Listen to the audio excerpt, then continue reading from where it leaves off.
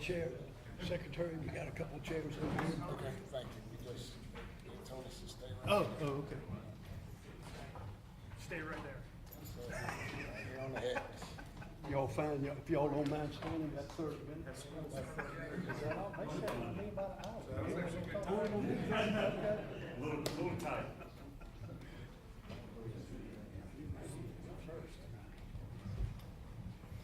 All right, yes. Governor. Chair, thank you. Well, good afternoon, everyone, and welcome to Dare County. I'd like to thank Governor Stein for being here this afternoon, Transportation Secretary, Mr. Hopkins, also Public Safety Secretary, Mr. Buffalo. Thank you, Director Ray, and certainly General Hunt. Thank you all for being here this afternoon. And thank you, everyone in this room, for being here this afternoon. I want to thank them personally for being here and taking the opportunity to assess the damage from Hurricane Erin here in Dare County. And I'd like to also thank everybody in this room for being here, the media. Thank y'all. As we know, every disaster begins and ends at the local level. Here in Dare County, this is not our first rodeo. We're no strangers to hurricanes. We're well tested, and we work hard to be resilient and self-sufficient.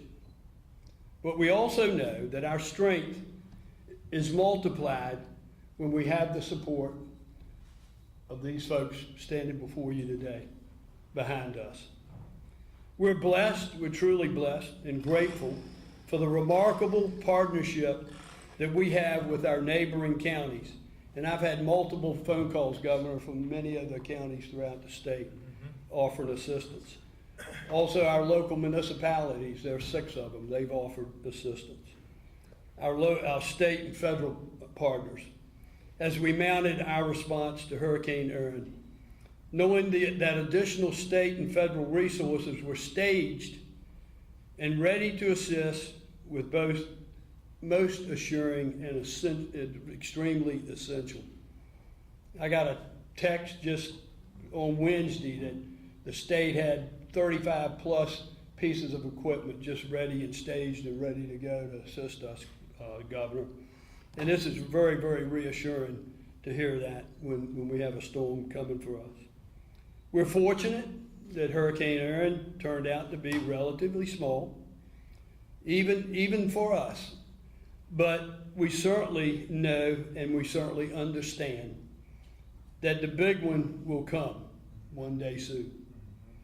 And when it does, we know that we have the folks standing before you here today that will be with us. They'll be opening shelters, they'll be providing commodities, they'll be pushing for federal disaster declarations, and they'll be certainly supporting our recovery. Together, we'll be stronger, more resilient. We'll be ready for the next storm. The kind of support is critical to communities like ours to have a governor that's strong with his cabinet to help us through situations like this. Let me just take a moment to recognize the team here in this room. They're employees of Dare County.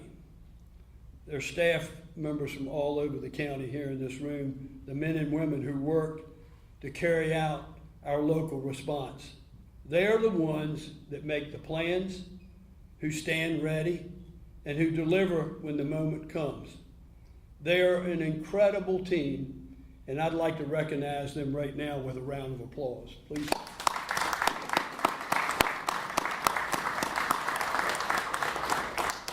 I've been here every day this week with them through this, and I look and I see what they do. And Governor, it's incredible what our local staff does here in the community to keep the community informed and to keep things rolling. I also want to thank our partners at the National Weather Service. Their timely and accurate forecast give us the information we need to call on timely evacuation in Hatteras Island. Now let me be clear. We never like to tell our visitors to leave. It's not an easy decision that we have to make, but safety will always be our number one priority, and we are eager to welcome the visitors back as soon as it's safe to do so. As also always, I cannot, and I repeat this numerous times, I cannot thank NC DOT for their professionalism. I call them our road pros, Governor. You've seen them out there. When the waves are breaking over the dunes, they're out there still pushing the dunes. It's incredible the work that they do. They work nonstop. And they continue to do so as we speak right now. They're building those dunes back to make it a safe place for our visitors, our non-resident property owners, and our property owners to travel up and down NC 12. That's no small task after a storm, and we couldn't keep Hatteras Island connected, certainly without their dedication. Our first responders, fire, EMS, ocean rescue, and law enforcement, thank you for your willingness to put the needs of your others before your own in the most difficult circumstances. Your commitment to this community never wavers, and it does not go unnoticed. Finally, I want to acknowledge the people of Hatteras Island. Time and again, you face these challenges with strength, with grace, and resilience. Lord knows you deal with a lot, but your spirit is what makes the island so special. Oh, God bless you, and thank you. Governor, thank you.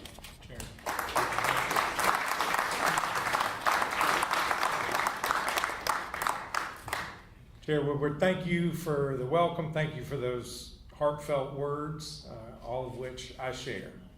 I am pleased to be here with Major General Hunt from the North Carolina National Guard, Secretary Buffalo, Department of Public Safety, Secretary Hopkins, Department of Transportation, and Will Ray, the Director of Emergency Management. The State Emergency Response Team unofficial motto is prepare for the worst and hope for the best. Now, we didn't have the absolute best because as we were down in Hatteras, we saw some businesses that took it on the chin. Some homeowners experienced real damage to their property, but my goodness, North Carolina dodged a bullet with Hurricane Erin. She was just a few more miles offshore, and that made the difference in a widespread devastation and what we experienced today. No reported loss of life. Now, Highway 12 needs a ton of work, and what's incredible about the DOT and their hard-working crews is they were on the highway before the storm. They were on the highway during the storm, and they are on the highway right now. We visited with Natalie at Frisco Rod and Gun, and she said on a Friday afternoon in August, you wouldn't have been able to find a parking spot in this lot. And we were the only cars in that parking lot because nobody can get there. So we know that this county, Dare County, depends on Highway 12 being open for your residents, but also open for your tourists and all the business that they bring to this region. And so I want to thank DOT for their industriousness and hard work to making sure that we get this road open for you all as quickly as we possibly can. I want to thank the National Guard, General Hunt. They had a couple hundred troops here. They're all demobilizing today. It's wonderful that they get to be home with their families this weekend because what it means is there was not widespread human impacts here. I want to thank State Emergency Management and everything they did to help coordinate and partner with their partners here at Dare, Hyde, and Currituck counties. We had a number of swiftwater rescue and search and rescue teams that deployed from other communities in this state. They left their areas to come here to help you if it was necessary. Thank goodness they were not needed, and they too will be going home to be with their families this weekend. So I want to thank all of our state hardworking public servants, all of the local officials and local first responders who have done everything they can to prepare for this storm. And let's just count our blessings that this was not the one. And we will be ready, however, Chairman, when that one comes. Thank you.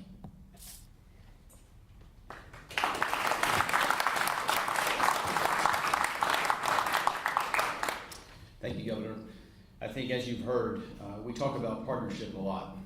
It's a buzzword we use in emergency management, and I think standing here in the DARE Emergency Operations Center, I think you see it in action. I think as the chair said, I think I probably should have just let him do my whole talk here.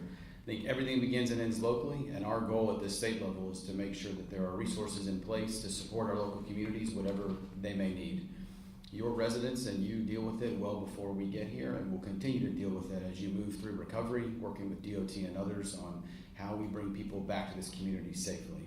And just on behalf of the State Emergency Response Team, thank you. Thank you for the work that many of you have done over the last week and will do, especially our partners at DOT and others as we continue to try to reopen NC-12 and get this community back. As the governor said, we are in the process today of demobilizing all of the major response assets that have come from both our local agencies, state agencies, and the North Carolina National Guard. Again, we're really grateful for the men and women of the National Guard who stepped up and were willing to support whatever we needed, including some of our National Guard partners from out of state.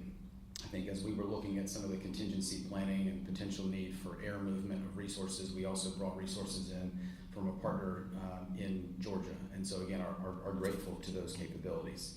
I think as we continue to see local evacuation orders lifted, as we see ferry service restored in NC-12, I would ask and continue to remind folks to heed what you're hearing from your local officials, especially right now when it's a beautiful Friday afternoon. Here, there's still a lot of work to do. I mean, as we saw this afternoon, DOT has been after it and is continuing to get after it. We need those folks to be able to do their work unimpeded. We need public safety to be able to have access to critical areas unimpeded. And so would ask folks to come back, but do it in a way that you're following that direction from your local authorities. Again, we will work with Dare County over the next several weeks as we look at damage assessments, really understand what the impact of Erin has been and how we can marshal resources across the kind of state interagency to support your local community here. But again, on behalf of the State Emergency Response Team, thank you for your partnership. Thank you for what you have done this week and for what we will all do together in the future as partners. Thank you, Governor.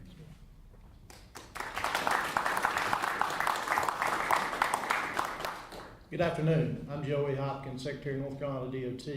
I want to start by thanking our teams at DOT. Wynn Bridgers is a division engineer in Division 1, and him and his folks have been working since before the storm started to help clear NC-12 and prep for that. They staged equipment, like the chairman mentioned. They staged signs and barricades, and they've just done tremendous work. But in addition to that, we had Jed Dixon here, who's our ferry division director, and him and his teams have been working equally as hard. They helped evacuate Ocracoke. Over 2,200 people were on our boats leaving there before the storm hit. So really want to thank them for what they've done, and also for the work that they've done today to make sure that all the routes are safe to get on and off Ocracoke, and they've started ferrying equipment back. You may have heard we've been able to restart the routes across the Sound from Swan Quarter and Cedar Island. Started those about noon today. And right now we're running that for essential personnel and residents only, and we'll open that up to others as Hyde County gives us word that we can do so. With that said, I mean, there's been a lot of folks talk about NC-12. We all know that NC-12 is the interstate of the Outer Banks. It's the lifeblood of the Outer Banks, and it is important to us that we help that recover to pre-storm conditions. We will continue to work on that until it's done. However, we had 2 new breaches overnight on Pea Island that have since been repaired, I'm happy to say. So that sand has been moved, and what sand was left, we use that to repair the dunes. We'll continue to do that, and hopefully we can open up more in the coming days, if not sooner. But as we see those high tides and see what additional damage we may see, we may have to readdress that. I will say, happy to say, that so far we have no damage to NC-12. So that's positive news. It's just sand and moving the water. So we'll continue after it. I also want to mention the partnerships here that's been mentioned earlier. We couldn't do what we do without the U.S. Park Service. Thank you, Superintendent Halleck, for you and your team. It's a great partnership that you have with our local folks. The U.S. Coast Guard with the Ferry Division work hand in hand with us to make sure that we can get those boats back on the water safely. So thank everybody for that, and Governor, I'll turn it back over to you. Thank you, Secretary. At this time, we'd be happy to take questions from the media to any of the folks who are up here. Given the damage to NC-12 that did happen, and knowing that you guys are assessing this, since this wasn't, quote, the big one, going forward, if this just comes as part of the territory based on where we are, do you have any plans down the road, say 50, 20 years, to help avoid that, to make sure that NC-12 can stay sustainable? I mean, thinking about all the economy that especially it brings to that area as well. Yes, NC-12 is critical to the Outer Banks. It's what connects the residents and the tourists to one of the most beautiful pieces of earth in the United States, and that's our Outer Banks. So we know we need to have long-term solutions. There are groups that have been formed to look at them and come up with proposals to the Department of Transportation. Your Board of Transportation Representative Tess Judge is here today, and we want to work with the community to make sure that we keep folks connected. That's what our roads do, is they keep us all connected. You talked about some damages to businesses and homeowners. What does that damage look like when you saw it yourself? Yeah, what was the name of the hotel? It was Cape Hatteras Inn, right? I think it was the Cape Hatteras Inn that we visited in Buxton, and the water had come up underneath the hotel, ruined a lot of their parking lot, ruptured some of their pipes. So they've got work to do, and it's going to take them a few weeks to get back on their feet. But the head of the crew was right there with his mini dozer, and he was just trying to figure out, does he get started today or does he wait till after the high tide tonight? Because there may be more overwash this evening. So even though this storm is moving away from us, it is not fully gone. There will be another high tide. People who are here this weekend should not be getting in the ocean. The rip tides are still real. The water at low tide was still very rough, very violent. So we're hopeful that they will be able to get back on their feet as quickly as possible. Governor, we've heard from folks in the Buxton area that obviously while this was not the most severe storm possible, the erosion from it, especially in the last 24 hours, was very severe. Is there any plans to address that, particularly in the Buxton area? And how exposed are those homes and businesses at this point? Well, there were a number of homes that we took an aerial tour, and there were homes that were completely surrounded by water. They were on their piers, but they were in the water, and so it's real. We cannot stop the ocean, but what we can do is move sand and try to buttress it so that when there's big tides or big waves, that it slows it down. It keeps it from having maximum damage, and we're going to continue to do everything we can. We have to work with our federal partners in the Army Corps of Engineers on beach renourishment, but this is always going to be, this issue will never go away. These are living dunes, and these folks out here know that. Are there any plans, given those areas there, mentioning the homes with the ocean under the pilings and the north end of Buxton, are there any thoughts or any plans given to thinking about how perhaps there could be some incentives to property owners to move their homes back away from areas that are hotspots? Yeah, there has been federal funding to help us deal with resilience, to try to, in these areas where there's flooding, whether it's on the shore or in a floodplain in a river, to address those properties. Unfortunately, all of that funding has been held up, the BRIC funding. So I've continued to reach out to the Department of Homeland Security to try to unlock that funding so we can put it to good use, whether it's here on the Outer Banks or in the flood zones in the rest of the state. How much, so the funding is held up, do you have a figure on how much of that BRIC funding is involved? Yeah, I'm pretty sure it's 85 million, but we can confirm that. We'll take one last question. Yes, this is for Secretary Hopkins. You said there were 2 bridges on the island, and I was wondering if one of them is where the locals call it the Isabel Inlet, which was Little Isabel No, Inlet.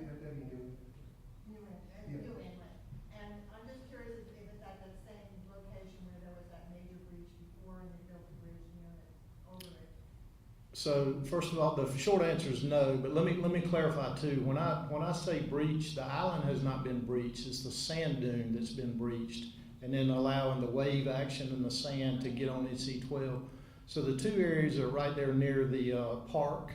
At the entrance of the park was the southernmost area, and that's where the sign is, where the parking lot is, the visitor center, and then the other areas between there and the end of the Mark Bass Knight Bridge. Thank you all. Thank you. Thanks, guys. Thank you again, Mr. Secretary. Appreciate it.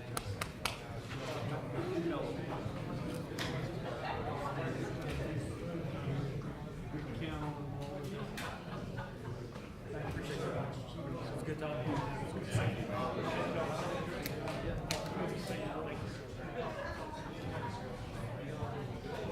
Erin. Sorry, man, that's all. Oh, thank you. Appreciate it.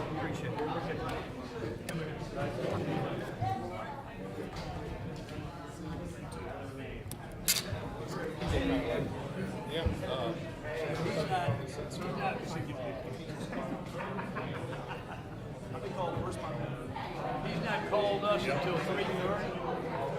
Yeah. We're actually, one of the guys from local code, teacher we were talking earlier, I was like, okay, we can't keep ending up around each other when this kind of stuff happens. So I was in Hyde. Thanks again. Good job, Mr. Chairman. That's a cell phone number.